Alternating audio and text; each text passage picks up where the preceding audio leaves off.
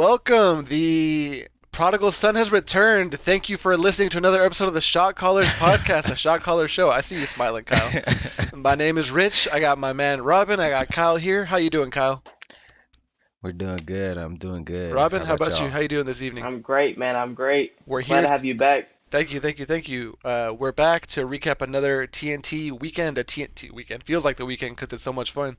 TNT pair of games for you guys: the Mavericks versus the Sixers, and the Bucks versus the New Orleans Pelicans. But first, before we get dive straight into that, let's do a little bit of housekeeping. Thank you guys for tuning in on YouTube. Thank you for subscribing. Thank you for liking the show, commenting. We love to interact. Just ask us on Twitter. And if you want to follow the show, follow the podcast, tell your friends to follow us on Apple Podcasts, Spotify, Breaker, Radio.com, Pocket Cast, Google Podcasts, anywhere that podcast can be sold. As Robin said last week, we can be found. Please follow us on our updated social media tags. We've been very, very active. I've been tweeting. Robin's been tweeting. Kyle's been tweeting a Mm, lot. And that's going to mm. be at Shot Callers Show. That is at Shot Callers Show. And it's the same on both tags. Shout out to Robin or Kyle for hooking us up with some synchronicity on that front. And Yeah, if you yeah. notice this week's pair of tweets that came just before the game, we actually predicted who we thought was going to win each one. And we're going to have kind of a rotating or a weekly kind of tally as to who can keep the most Hmm. picks. And whoever loses at the end of the month or the end of the Yeah, the month. yeah, at the end of the month, Well, We we're can do gonna a season. no, yeah, not season. That's too no, much. no. Yeah, We yeah, need yeah. we Too need some long. ongoing content here. So we Hmm. need at the end of the month. February is gonna roll into March because there's gonna be a little break in March anyway, and we're gonna have some Hmm. sort of payoff for who the biggest loser is. So stay tuned for that. That's some fresh content teasing for y'all. So without any further ado, Philadelphia taking on the Dallas Mavericks in Philadelphia, the loudest empty arena that I have ever heard. There were Yeah, for so real. the cheers and the jeers were so loud. There were probably 100 total people in the building. That's including both teams. But anyway, Dallas is at 500 entering the game. Philadelphia is at the top of the Eastern Conference, only one game ahead of the Brooklyn Nets in the loss column. They were tied in win columns before Hmm. tonight. Dallas had won Hmm. 7 of their last 10, playing hot. However, they were missing Hmm. Kristaps Porzingis, who they were missing for this game as well. And they had just toppled Boston off of some Luka magic. A couple of threes that I Hmm. know, the whole world saw on Sports Center, if not watching the Yeah, game yeah. live, Hmm. coming back in the clutch from the Luka spot, the left wing three, and seeing if they could catch Golden State for the eighth seed. That you know what eighth seed means? That means home court advantage in the play-in tournament. That's what Dallas is Hmm. playing for because they're currently not in the regular playoffs. Anyway, going into the game, can I say it was a rock fight? It was a rock fight. They were shooting like Hmm. 33% from the floor. It was Yeah. bricks everywhere on both sides. The Sixers pick and roll defense was swallowing up the Mavericks. Luka could not get anything going with Boban Marjanovic. Boban not being a threat. The ball was swinging wildly from the left side to the right side. A little bit of a lineup change. Some Luka, determination. Some threes going into the second quarter, third quarter, kind of keeping it close. Dwight Howard dominated Dwight Powell, and it kind of tore the game open. Going into the fourth quarter, it seemed as though they were kind of within striking distance, but just to Yeah. just to show you how the game went, the Mavericks were down going into the fourth quarter. Luka, Joel Embiid, Ben Simmons never entered the game. It was never close Yeah. enough for them to come back. Hmm. The Sixers ended up taking down the Mavericks 111 to 97. However, in that third and fourth quarter, it wasn't even quite that close. As entertaining as it was, and I think there's going to be a lot to unpack. What is the most burning on your mind? I guess we'll start with Robin here at the bottom. I usually go to Yeah. Kyle first. Turnovers, man. Mavericks had 22 turnovers. You can't win a game when you have 22 turnovers. You're giving them free points, especially to the 76ers, who are the number one fast break team in the league. That's just not going to go hand in hand. And I think the Mavericks kind of blew this game away in a sense. I think the 76ers did enough to win the game, but with 22 turnovers, you're not going to win many NBA games. Yeah, turnovers are a big thing, and just the physical, imposing presence of their gigantic guards. Ben Yeah. Simmons, Joel Yeah. Embiid's amazing presence around the rim, especially lobs or passes that would normally be around bodies, like in traffic. Luka's really great at snaking the ball around people to get to crafty spots for Maxi Kleber or to Dwight Powell. He has to throw them upward above Joel Embiid's head to Boban. There was only one path, which was up, Yeah. which gives people time to recover, gives Joel Embiid time to recover and make the shot hard for guys like Josh Richardson, guys like Boban, guys like Dwight Hmm. Powell, Willie Cauley-Stein. And we know how great he is, at using his length. That's just one example of it. Ben Simmons getting two hands on the driving Mavericks offensive player's dribble multiple times. Jalen Brunson a couple times. He actually ripped him Yeah. straight up like it was NBA Street. And like it was awesome to see at the physicality. What did you have Hmm. to contribute here, Kyle? Go want to talk more about turnovers or something different? Nah, just emphasizing the 76ers defense, they were great. Like, obviously they caused a lot of turnovers, but just causing a lot of deflections. Ben Simmons, like, he terrorizes guards. Like, at this point, we saw like last week or a couple weeks ago when Ben Simmons was guarding Damian Lillard in the fourth quarter. Like, Mhm. his size uh, just causes so much trouble for a lot of these guards or so many guards, and it's just hard for them to deal with. And then obviously Luca, uh, he had some trouble dealing with it as well. And just the all-around team defense. You say Joel Embiid, also Matisse Thybulle. Uh, you know, they're all great defensively, and it was a team effort. Yeah, only in for 5 minutes. Matisse, one of my favorite YouTubers and Hmm. NBA players, got his start in the bubble. Uh, but man, YouTubers? yeah, he's got Uh, the goal that we're after. He's got that really? silver play icon for getting to Oh, 100,000 subscribers when he was vlogging in the bubble. We'll get there though. oh. With our fans' help, with that subscribe and like button, we too can be there. Anyway, yeah, man. Like I have in my notes right here. Ben Simmons is fucking huge because Yeah, yeah. Luca is not the same size as almost anyone. He's either bigger than his defender or a little smaller than them because he plays like a forward but kind of guard kind of style. Kind of like Hmm. James Harden, kind of Hmm. hard to match up with. Ben Simmons looking big and strong, like right up on Yeah, Luca. Hard to yeah, dribble around, yeah, but fast enough, yeah. fast enough to keep up with him. It was definitely Hmm. a sight to see. We've been saying a lot about the Sixers so far. I wanted to give a big shout out without looking at his stat line immediately. Jalen Brunson, he did have some Hmm. turnovers and some Yeah. plays that kind of went awry at certain points, especially in the third quarter. But for the most part, when Luca was on the bench, Jalen Brunson kind of kept him in the game, kept the Mavericks kind of Hmm. close. And there was one really indicative, one play that was really indicative of that. It was a moment where I believe Josh Richardson missed a three. Tim Hardaway Jr. got the offensive rebound, but kind of didn't know what to do with it. He was kind of shuffling backwards to the 3 point line, and he was gonna shoot. And you can see him say, "Don't shoot." He's in the corner. He's in the top corner of the screen, and he's, "Don't shoot. Give the ball to Josh Richardson." So he gives the ball to Josh Richardson.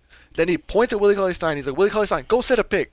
So he goes to set a pick, Hmm. and Jalen Brunson never touches the ball, but they run a pick and roll, snake to the rim, and Josh Richardson scores an and one. And that doesn't happen unless Jalen Brunson is aware, and he's a point guard. He's supposed to, Yeah, yeah. orchestrate the offense, and that's exactly what he Hmm. did. He said, "You better quit and run an actual play instead of shooting this." And so, just little things like that are small, like intangible things. In this case, tangible that make me confident. Hmm. But if the Mavericks can't get a more consistent scoring threat, especially for the bench units, Yeah. even when the Yeah. playoffs roll around, when lineups tighten up, I wonder how it's going to work because they've been, like I said, they've been hot. But when you play the cream of the crop, it's tough, and you're going to need a lot of contributions like that from a lot of people. And I don't think they got very much else from that many people. Anybody stand out to you, Robin, on the Mavericks? Uh, on the Mavericks, I was gonna say Tim Hardaway. As much as I don't like how much he shoots and the way he shoots, he just, as you said, as he was gonna back up and just chunk up a random three, he did go 5 for 8 today, 2 for 4 from the 3 point line. That efficient scoring off the bench is gonna be important for the Mavs, along with Jalen Brunson, who I love as a floor general. I loved him since college. I think that was a steal for the Mavericks in the draft. Those two are gonna have to step up on the bench, especially when Luca goes to the bench. They're gonna need someone to keep them afloat, keep them close in games, keep the lead, or kind of cut the deficit down. I kind of like Tim Hardaway's performance today, especially better than when he's shooting like 0 for 11 on other nights. Yeah, that's for sure.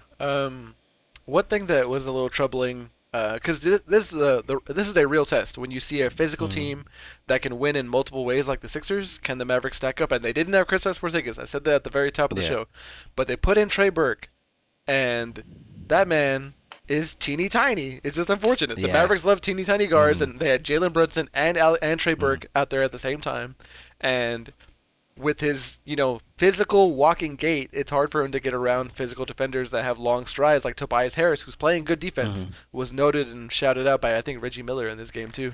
Um, we mentioned all the other great defenders on the team on the squad, Joel Embiid as well.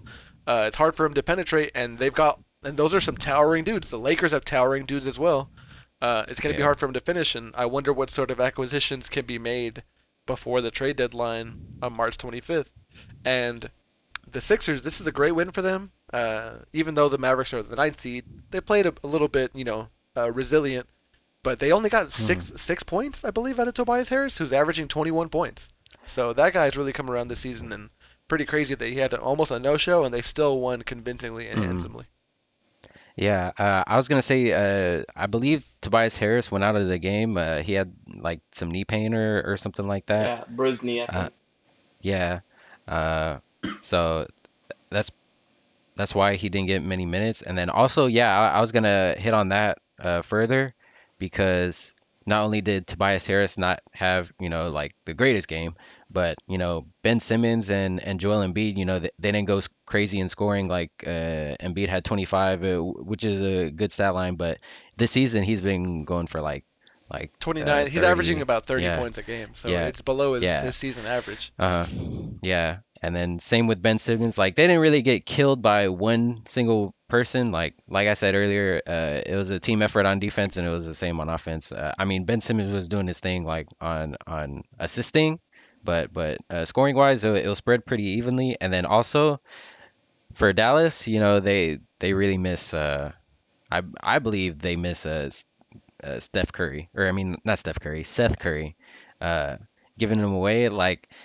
For Josh Richardson, we're just trying to see if it'll all end up working out with Josh Richardson, but Seth Curry, it turns out to be a pretty valuable piece so far. We Dallas misses his offense. Yeah, definitely. And I feel as though, and I'm not an NBA coach, I don't know if that's obvious to y'all. I feel like Mm. Josh Richardson could use a higher usage rate, and it's tough when you have someone Hmm. that uses the ball as often as Luka Doncic does. But Yeah. I feel like there's more to be unlocked, and you could Hmm. see Yeah. it in Philadelphia last season when he just wanted the ball a little more, and he liked how much he Yeah. was getting in Miami before that. He seemed kind of out of sorts.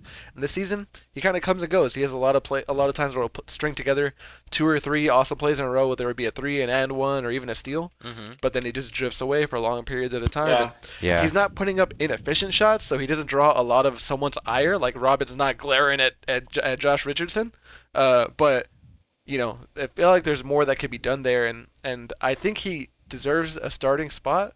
But I wonder if Hmm. he'd be better staying in with the bench unit and trying to Hmm. create a little more, maybe Yeah, with them. with Josh Richardson Hmm. and Porzingis if Porzingis were to come Hmm. back. So that's something that I think I have an eye on. Who on either team takes the title of the worst performance tonight, or someone that is drawing your ire? Because I got mine. I don't know if y'all have one in mind. Because I'll share first if Oh, you want. you could go first. I'll go Dude, next. Willie Cauley Stein, man, come on, like they're putting him in as a change of pace. Boban Marjanovic is Hmm. not working. Maxi Kleber is not able to keep up with the height and the dominance of Joel Embiid, so they're trying to go with a change of pace, have a little bit more speed, and someone that maybe you have to respect rolling to the rim. I'm not even going to mention the other big man that's in the Dallas rotation right now. His name is the same as Dwight Howard's, but yeah, man. So he goes in the game and just some careless, sloppy plays, like not putting two hands on the ball on entry passes to the Hmm. post, letting a rebound get away from him, go out of bounds. Those are the things that take a 13-point game towards like an 8-point game and can keep a team in it. And not to mention when Luka was still in the game towards the end of the third quarter, Willie Cauley Stein lackadaisically is dribbling with his left hand to go towards the dribble handoff for Luka. They get it kind of jammed up with him and Brunson, and Ben Simmons like a shark. Like he's just, I'm there. He stalks him right there, and then it leads to I believe a Ben Simmons dunk or a Joel Embiid fast break dunk Yeah. getting ripped Yeah. off just a casual dribble that he doesn't protect his body because he's not aware of Hmm. who might be behind him, which is an all defensive player. All defensive player in the running will probably get top 5 votes of defensive player of the year in Ben Simmons. So that's something that just made me angry because he doesn't get consistent minutes, and if you want consistent minutes, you can't have plays like that. Yeah, So yeah. did I steal your thunder, Robin? Is that who you were gonna say? Yes, to a point. I was gonna say the whole Mavericks center lineup. I Mm-hmm. think Boban, he's the nicest guy ever, so I hate criticizing him, but his You hands are should. horrible. He has bricks for hands. This guy can't catch nothing.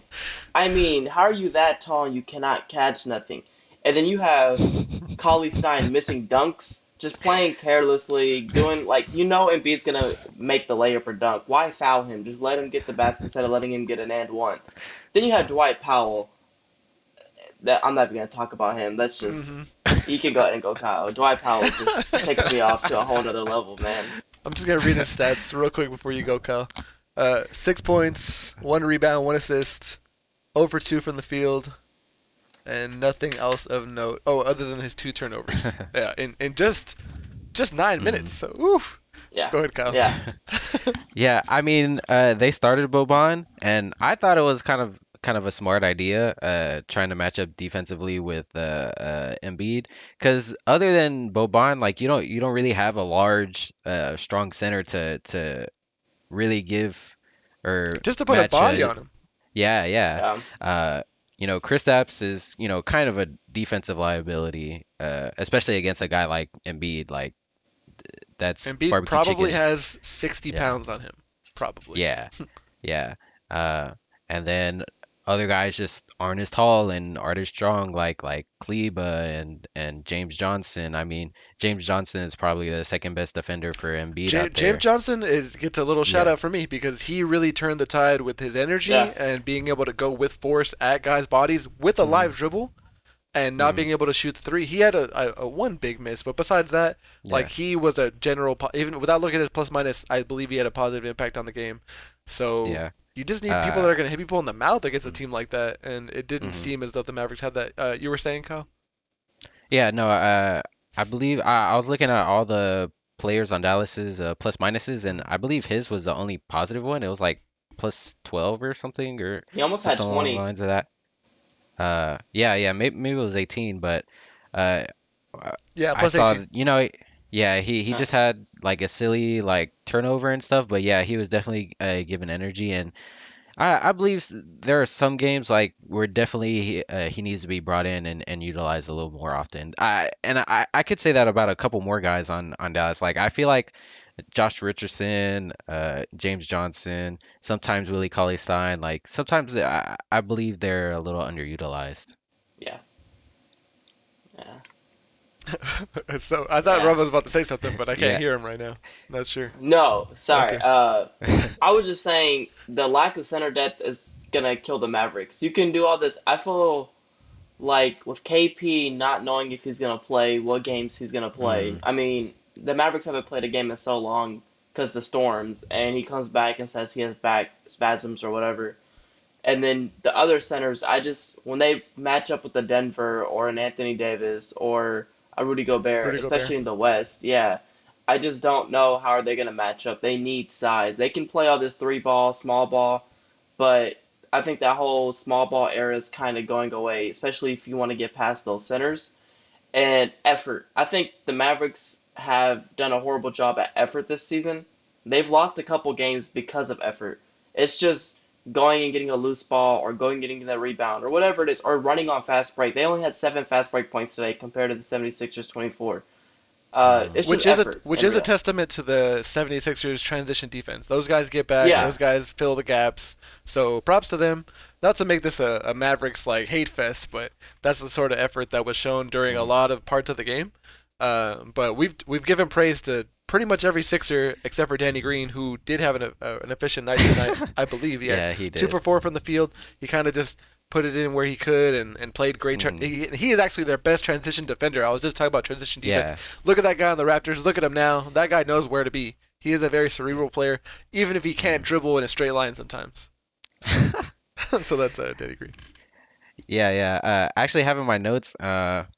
back to Joel Embiid, like Joel Embiid only shot 25% from the field on 20 shots. Yeah, and Yeah. that's what made me angry. He had a Yeah. kind of his efficiency wasn't all that great, but the Hmm. commentary made me angry because he made his first three of the game, which was great. Hmm. He missed a Hmm. three, and then he missed a couple of 2 point mid rangers, but he's been Hmm. money on the 2 point mid rangers. If you guys have been Yeah. keeping up with the Shot Callers Mhm. Twitter Uh-huh. account, you'll see some important retweets that talk about how good he is from the mid range. Yeah. And he missed him. And then he ended up going to the body and getting a lay in a dunk around Marjanovic or something like that. And Reggie said, "It looks like Reggie Miller is like it looks like Joel Embiid said, I'm tired of taking these threes. I'm gonna start going to the rim. He only took Yeah, two yeah, threes, I heard dog. that too. What are you talking about? Oh my God! But Like, in his can you? defense, Embiid, if he takes more than 2 to 3 pointers in a quarter, that's bad. That he's bailing out the defense because nobody can guard him in the NBA. Mhm. You know what I Mm, mean? So like he is bailing out the defense, and that's why I put in my notes actually. Him getting to the free throw line 12 times is what they need for them to get far in the playoffs.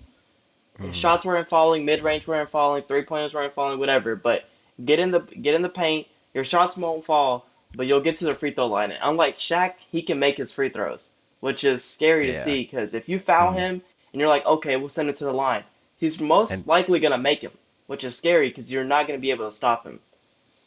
and his mid range is better than Shaq's too. Yeah, that's a fact. Yeah.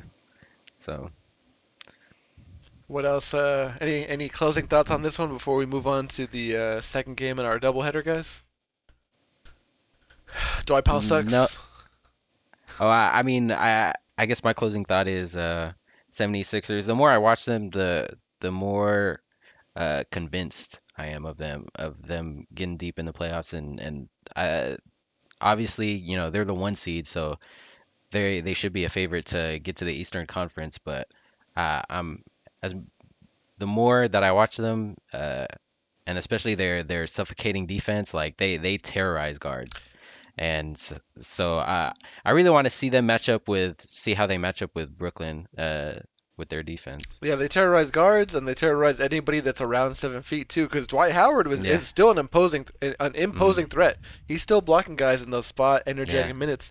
And I know we talk about the most popular games each week, the Thursday games, because it's the widest audience. But they're winning games, other than the TNT games too. When Ben Simmons isn't in the lineup, they're winning with Hmm. different lineups, which speaks to their Hmm. versatility. It can be a credit to their coaching too, to finding a good system that works no matter who you plug in. And Joel Embiid is the major factor there, of course, as long as he's healthy. Yeah. But I could definitely see them expecting to go to the Eastern Conference Finals this year and not being a question as long as Yeah. everyone's healthy, which is the unfortunate thing about every single year. Ben Simmons didn't play in the Yeah. playoffs last year, Hmm. so I've been a big fan of Philly for quite a while, ever since the process began. And especially when they unveiled that snake logo for the playoffs one year, when they said "join or die," to the fans. Man, that was so tight. I was so in. I love like American history like that, and the snake thing, so cool. Anyway, Sixers should make it to the Eastern Conference Finals is my general Hmm. prediction. Oh, and what did we say? Who got it right, Robin, on the picks this week? All of us, All three Yeah. of us picked the Sixers, all three Yeah. of us. Yeah, Yeah. it was a yeah, sweep. and it was the Sixers plus 4.5 or minus 4.5. Is that what it was? Yeah. I think it Yeah. was Yeah. -4. Yeah, so the Hmm. Sixers had to win by more than four to cover, and they did, and Yeah. so we're all tied as far as that game goes. Yeah. Yeah. They won by like 17. It Yeah. wasn't tough at all in the second half. All right, so that'll do it for the Sixers and the Mavericks. If you guys have anything that you think that we missed from this game, if you guys caught it or a particular storyline that you want to hear our thoughts on, please let us know. You can always send us a tweet or send us an email. I didn't mention that one earlier. That's shotcallershow@gmail.com. Send us a message on there. And let's go ahead and move on to the Milwaukee Bucks, who welcomed into Fiserv Forum the New Orleans Pelicans, led Hmm. by the OG Stan Van Gundy, the older of the Van Yeah. Gundy brothers. Or is he the younger one? Hmm. That doesn't matter now. Kyle, you had a summary for us. What happened in this game so we can fill in the listeners? All right, going into this game, Bucks recently had a 5 game losing streak, and going into this game, they had a 3 game winning streak. However, they were on against lesser rated opponents, bottom of the Western Conference, and Pelicans are looking to build some momentum going into the playoffs or trying to get a higher seed to maintain that they get into the what is it called? The Play-in tournament. play-in tournament. Mhm. Yeah, there you go. And it was a fight. It was back and forth. The commentators were saying that there's no defense being shown. I mean, obviously both these teams aren't the best at defense. I mean, Milwaukee has been the past couple of years they've been one of the better teams on defense. However, this year they're just average. Uh, but yeah, this was a slug fight. Um, Zion, obviously a truck, in the first half went off for 24 points. Uh, Colin Go Zion, ahead. sorry to Yeah, interrupt, but Colin Zion a truck yeah. is a disservice to Zion. Like Zion is like a fire truck, and the reason I say that is because a fire truck, when it turns with its back wheels too. It can make a tighter turn than regular trucks can Uh, that you wouldn't I didn't expect. know that. Yeah, now you know. And Zion can suddenly turn in the lane. Like sudden is the word. Like he's here, then he's there, and he's Hmm. jumping in this like. How do you jump in an arc like this? Like he jumps Yeah, in curved arcs like an orbit. Like he's like an asteroid going And his around, yeah. second jump, going yeah. And his second jump, yeah, like yeah. it Hmm. it's insane. I just Hmm. want to say that you're discrediting Nah, he Zion. he's no he. Okay, well, let me reiterate. He's a truck with like so much finesse. Like it's crazy. He went off in the first half, and it was back and forth between him and Giannis for the most part. And then in the second half, it remained close. Zion slowed down, uh, but Giannis continued, and Chris Middleton stepped up and went down to the wire. And I believe the Pelicans just misplayed like the very last play of the game where they could have tied it up if they just taken a quicker shot. And the Bucks ended up winning this game. And what are y'all thoughts? What stood out to y'all? I think you're. Oh, go ahead, Robin. I've been hogging the airwaves. What stood out to you, Robin? The defense, man, there was no defense to be found. They started playing defense in the fourth quarter. Felt like an all-star game. I don't know what I was watching, but it was entertaining for me. So I would go with no defense all day, especially in the regular season. I get it. But what stood out to me last week when it was me and Kyle, I said that Chris Middleton needed to do more every night. From the bubble, he needs to do what he was doing. Those 30-point games need to be more consistent if they want to take that next step. And today, he showed me, Robin, shut up. I can do it. So that's what I like to see. Chris Middleton and Giannis being that duo they need to be every night. And then for the Pelicans, I think they're going to be a scary team for the future with Zion, Ingram, and Lonzo Ball can hit threes all of a sudden. It's going to be fun to watch for them. That's what kind of just stood out just watching the game to me. Yeah, and the no defense. Just to add on, like, someone might say, "Oh, there was a hand in his face when he was shooting the shot." There's defense. Hmm. Neither Hmm. team had to go to a second action at any point during the first three and Yeah. a half quarters of this game. They ran their little baby pick and roll, not even a pick and roll. They stepped into their first three, and nobody had to put their dribble back, put their shot back down and pass to another player. The first shot that anyone decided to rise up on, they got to take it, no problem. There was no need to form a secondary action, and I kind of wonder. Kyle mentioned at the end of his summary, and we're going to talk about the end of the game because it was the most climactic part. Although there Hmm. were several peaks and valleys during that broadcast, especially when Zion is concerned. Uh, Hmm. but that last sequence where they got the steal on the inbounds, the Yeah. ideal situation that is like a dream scenario. You don't need to play the foul Yeah. game. You get the steal and you can tie with Hmm. a three. I think is what it was. Yeah. Yeah. Yeah. 3 points down. Zion kind of rips the ball away, gets a steal. They go forward and they kind of play hot potato. Ingram wasn't ready to Hmm. take a three at that juncture. They said, okay, there's a little more time. They kind of swing it around to who was left on the floor at the time. I think it was Bledsoe, Lonzo, Josh Hart. Josh Hart. Yeah, Lonzo Ball was out there as well. Hmm. And Hmm. either guys were covered by the Bucks and they swung it back around to Ingram, who drove towards the rim. Kind of how I didn't really get why he was driving to the rim. Maybe going for an and Hmm. one, maybe a kick out is what he was thinking. Yeah. Yeah. But Hmm. right there to take a charge was Dante DiVincenzo, I believe, Hmm. who we buried in this summary, had a career night tonight. He did. He got the charge and sealed the game up for the Bucks. What an electric feeling! If the fans were in the building, like they would have erupted, I believe, at that moment on a Yeah. defensive play. Shout Hmm. out to DiVincenzo. Let me pull up his stat line for him right now. He obviously wins this game. 34 minutes playing point guard, handling the rock. running the pick and roll with Giannis for Giannis. 24 points, 7 rebounds, 9 assists, 9. Mm. Two Oh wow. steals, 1 block, 56% shooting, 57% from three. So overall, just the game of his life so far, and you Mm. gotta wonder if he can have performances kind of like that for the Bucks. That is exactly what they wanted, and especially if they're missing Drew Holiday. Like, just when you Yeah. compare something like that, backing up someone like Drew Holiday, when just 1 year ago, DiVincenzo wasn't playing this way, wasn't handling the ball so Mm. much, and they had Eric Bledsoe on the other side, the guy that missed a three off the side of the backboard today. Yeah. Like, Yeah. what an Yeah. He upgrade! did. That can take them to the Eastern Conference Finals right there. If they can get someone Mm. that can handle the ball, play alongside Drew Holiday. They got Chris Middleton right there.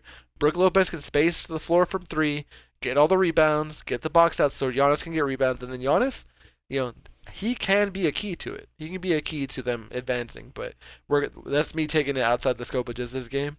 What else stood out to you guys? Yeah. I mean, like you said, DiVincenzo, like he's probably my MVP for the game. He had a great scoring night, and he sealed it up at the end of the game with that charge play. Really smart. And if you can get quality minutes out of him when Drew Holiday comes back, they're definitely a much better threat to other teams in the East. Also about Brandon Ingram, I feel like he was really passive on shooting threes today. I saw him pass up a lot of three-point attempts in favor of trying to go for a post up or go into a pick and roll or something like that.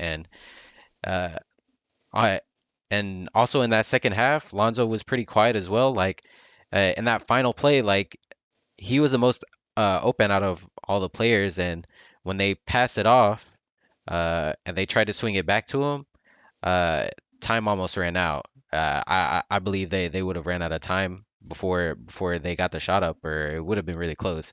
So I feel like they could have taken a little bit more chances on shots for three, but they kept it close the whole time anyway. I think What's sorry, I was gonna say real quick. I think Ingram needs to go back to that mid-range game. He was 1 for 10 for threes today. I think the Yeah. threes in his bag, but anytime I watch the Pelicans play, his mid-range jumper is like silky smooth. It's one of the best in the NBA. And I think Mm, to take 10 three-pointers for Ingram, that doesn't need to happen. He needs to go in the mid. He needs to get in his bag, hit those mid-range jumpers, and do his thing. Kick it out. And also, they need to run more. For being a young team, only having 5 fast break points, there was no defense being played today at all. So I think they could have ran a little bit more because when they get into that half court set, it's going to be two things. It's going to be a pick and roll with Ingram, or it's going to be throw it to the post and Zion and let him just go to work. And I think teams are going to slowly start to figure that out. They're obviously not going to shut down Zion because it's kind of hard to do, but they can definitely run a little bit more, open up the offense, and it'll help them out in the long run. Yeah, and so you guys were talking about his mid-range game. He is silky smooth. He's really improved it. He shoots it.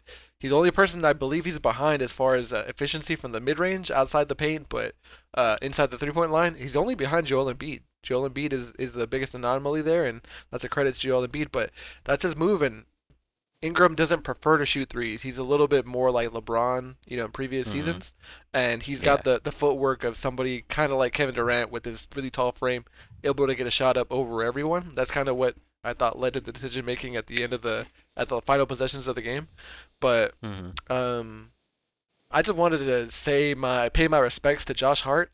How does he get stuck guarding Giannis and Brook Lopez? Like, come Yeah. on. Uh-huh. I mean, so depending on Zion's going to guard the biggest guy on the floor, depending on what lineup they have out there. Like, who else are you going to put on him? Brandon Ingram's like as thin as a twig, but Josh Hart is like 6'4", trying to guard Hmm Giannis and doing his best. But that's the Yeah. guy. Yeah. That's the guy from the memes where there's that one guy that's taking all the arrows while the other guy sleeps. Like, Oh. that's that meme. I know what you're talking That's Josh about. Hart. He's taking the arrows, man. Like, Yeah. Giannis is gonna get his 31 points, and unfortunately, Josh Hart's gonna be in all the posters. He might even get dunked over the way that Tim Hardaway Jr. was dunked over by Giannis at one time. So just want to pay my respects to to Josh Hart. He tries hard, plays, shoots from three, and Yeah. he always gets left hanging on the high fives. Everyone knows him for that in all the Mm, Instagram videos mm. Yeah. too. So that's my other little contribution to that one. And they only played 8 guys this game as far as the Pelicans go. I mean, you don't always want to go 9 deep, but they don't have Nikhil Alexander Walker available, and they had a appearance from Willie Hernan Gomez, who was positive Yeah, in his 20 minutes, 10 points, yeah, 5 rebounds, yeah. He played really solid. no turnovers. In the post, even with all those long arms existing, not really reaching, but existing, no turnovers. So I wonder if that's something that can be replicated. And it kind of feels like at times Stan Van Gundy and the Pelicans are kind of wondering what their best lineup is. Hmm. JJ Redick wasn't super hot tonight, whereas normally he's kind of more automatic he used to average 15 Yeah. points when he was on the Clippers, and that's 5 attempts from three, or not five makes from three, but 10 or 12 attempts where just him being on the floor commands so much attention, and it doesn't seem to be that way. I wonder if he's totally healthy. It's hard to know. I wonder if the Pelicans can bust into the play-in tournament, or what's going to happen at the end of the season. But I'm kind of confused. You don't know what's going to happen with these guys from night to night. Hmm. What did we all say on our lines tonight? What were the picks, Robin? Me and you got it right. We picked Bucks. Kyle picked the Pelicans. And the Yeah. Bucks were favored, right? It was Yeah. The Bucks were favored. It was -9. Oh yeah, it was, Yeah. So I technically, I got it right according to the betting odds. yeah. If we're going by the But odds, yeah, yeah. If we're yeah, going by the odds, you got it right actually. So you're yeah, actually so Kyle's yeah, yeah, ahead. yeah, yeah. And yeah. just to say real quick, Kyle was the one that said let's just do picks, and me and you were like, well, let's do odds. So Hmm. Well, Kyle, this actually worked in your favor. you're right. I didn't know about odds. I didn't get it at first, but y'all explained it to me, so it makes more sense to me now. But yeah, I felt it was a safe bet. Like the 3 wins that Milwaukee just came off of after losing 5 straight was Sacramento, OKC, and I believe Minnesota. Like they're the bottom of the Western Conference. They're they should be like a top 2 team, top 3 team in the East, so they should be beating those guys. So it wasn't really saying much to me that they beat those guys coming off a 5-game losing streak.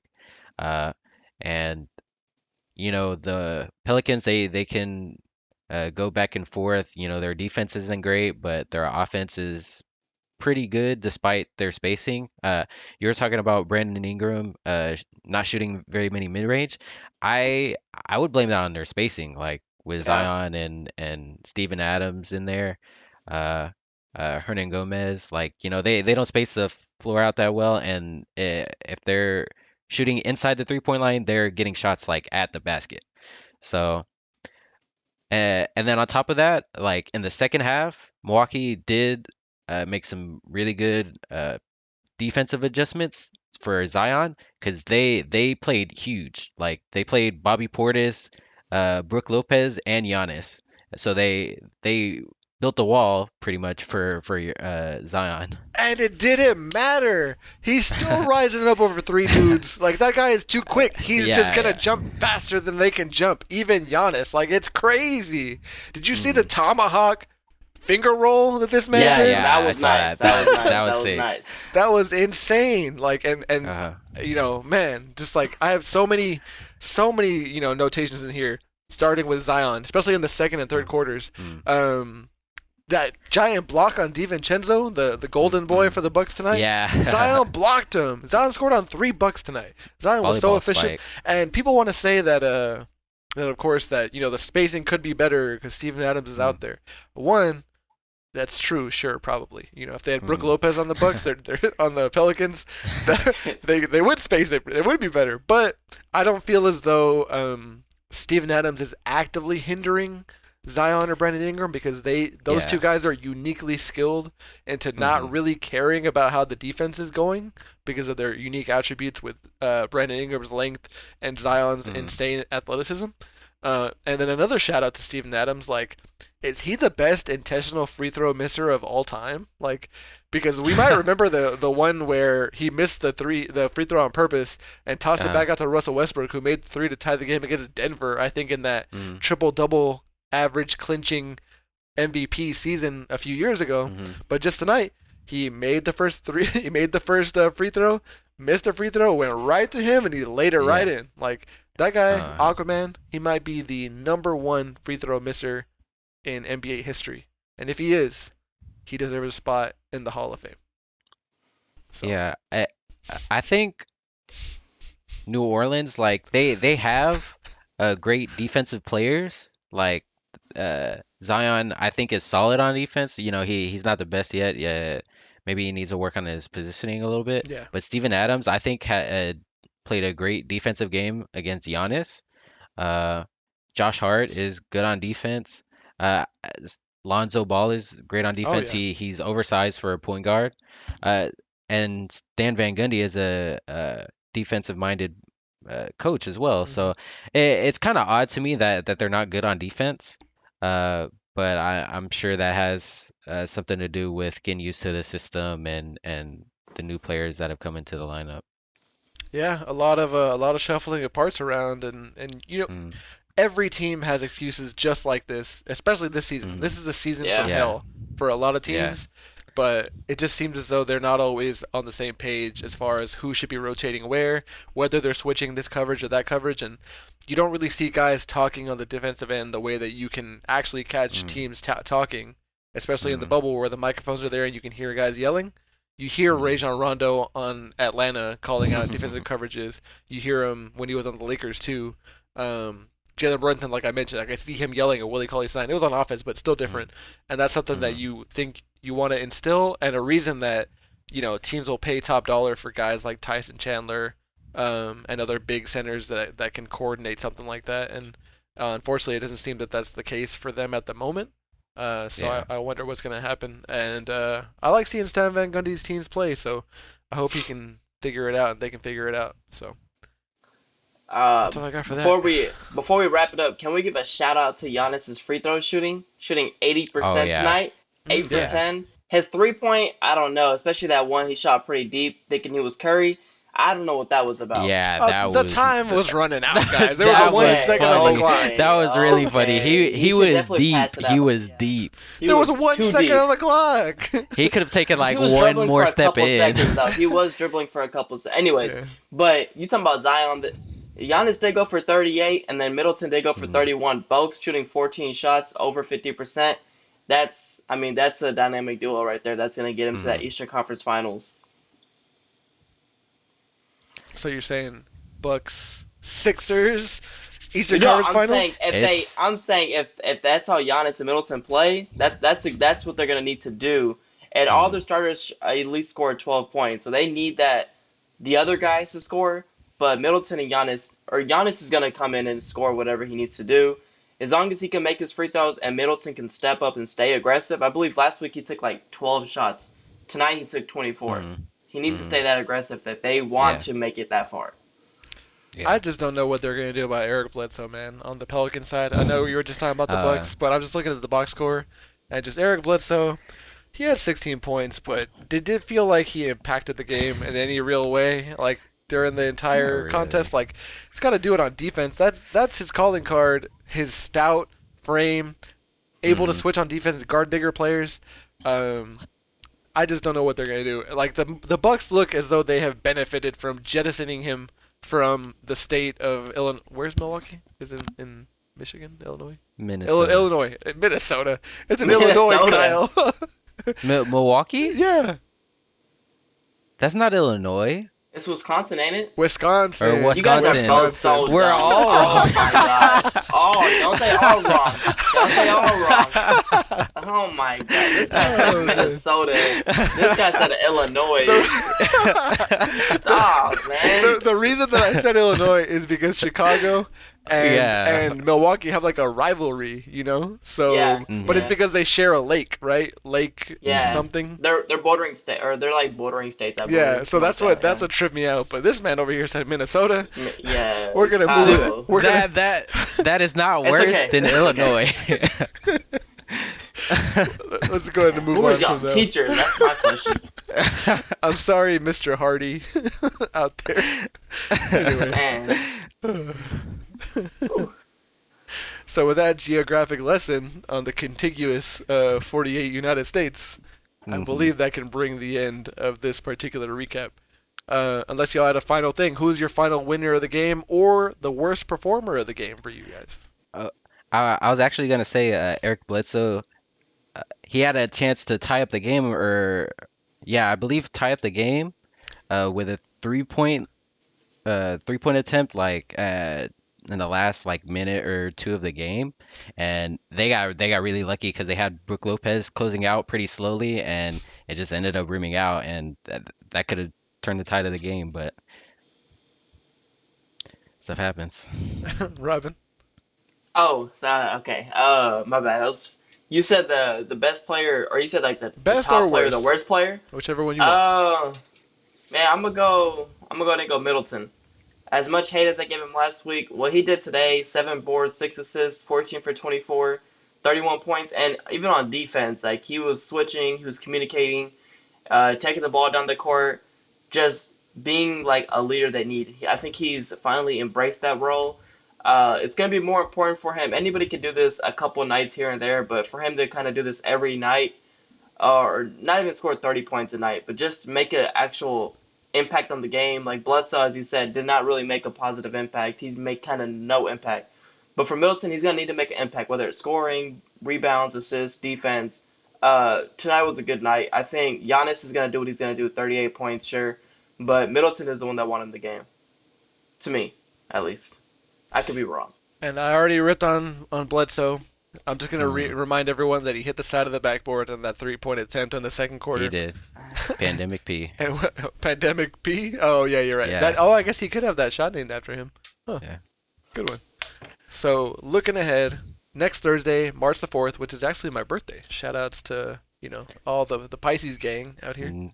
Uh, we are gonna be watching. It doesn't have the TNT schedule. We actually don't know what games they're going to pick for that one. So we will let you guys know via Twitter. That's Mm. Shotcallers Show, at Shotcallers Show, Instagram, at Shotcallers Show, the exact same handle. Are there any closing thoughts before I give everyone our podcast names? Anything y'all want to say to the people? Uh, yeah, actually, I have a quick question for y'all. Kyrie Irving has been going viral about this recently, but uh, about Kobe Bryant being the logo. What are y'all's thoughts about it? Should Kobe be the logo? You go, Rich. I guess you're going to pay me out as a bad person if I say no, he shouldn't be the logo. But Mm-hmm. the general scheme right now, like if you ask the NBA today, who's the logo? They're actually going to say that no one is the logo, that it's an amorphous person that is a general representation, when we all know that it really is Jerry West because there's a photo that you Yeah. can see that looks like it. Mm-hmm. But that's their official stance. So whether it's an amorphous person, they're not going to change that for one person. It already represents everyone that has played or is going to play in the NBA. Or if it's already a person, then why would you take it away from Jerry West? So I don't think that would happen. However, of course, I do think Kobe had a great, enriching, fulfilling career that affected a lot of people on and off the court. You can see that in all of his, all the reach just on social media. They did award the All Star Game, award MVP after him. So I think that Mm. was a really great tribute. And not to say that there couldn't be more, but I am happy that that happened. I don't. They were talking about changing the logo to LeBron in the year 2009, Mm. and I wasn't down with it then. So 2009 me is telling me that I gotta stick with them and say they shouldn't change it now either. So that was 12 years ago. Uh, Robin. I'm kind of in the same shoes. Obviously, I would love for it to be Kobe. Especially the career he had, and then the past year, everything he went through. But I kind of just like it how it is. I mean, obviously he's Jerry West, but as you said, it could kind of be anybody. It's kind of that hope for all the college players or the high school players that want to make it to the NBA. To kind of just see a random logo like that. I would like it to be Kobe, but I kind of just like how it is now. If they changed it to Kobe, I wouldn't be mad, but it's not to or something I would kind of push them to change it. Uh, I mean, I kind of think it would be okay to change it. Like I think changing it could be a good idea. It, in my opinion, it's good marketing at the very least. Like changing the whole logo, uh, is kind of a big thing.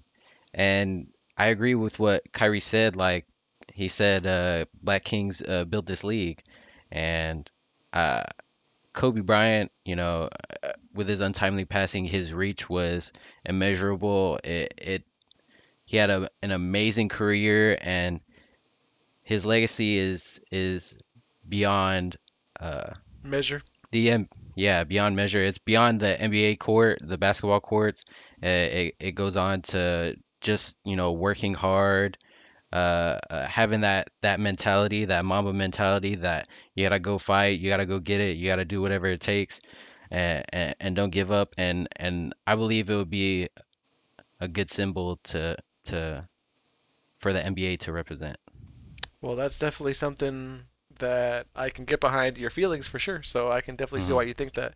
And I want to know what our listeners think. So if y'all want to chime in Mm, on that, we'll put a yeah, poll up. Let's put a poll up on that one. See the yeah, response that we get on that on Twitter. hmm, We'll have that poll up, yeah. put it up for a couple days, see what everyone says. Mm. Did you have another question or anything else to add? Robin, you got anything? Our picks for the Thursday games next week will be up before, so just letting them know. So, Hmm. Kyle's obviously up one right now.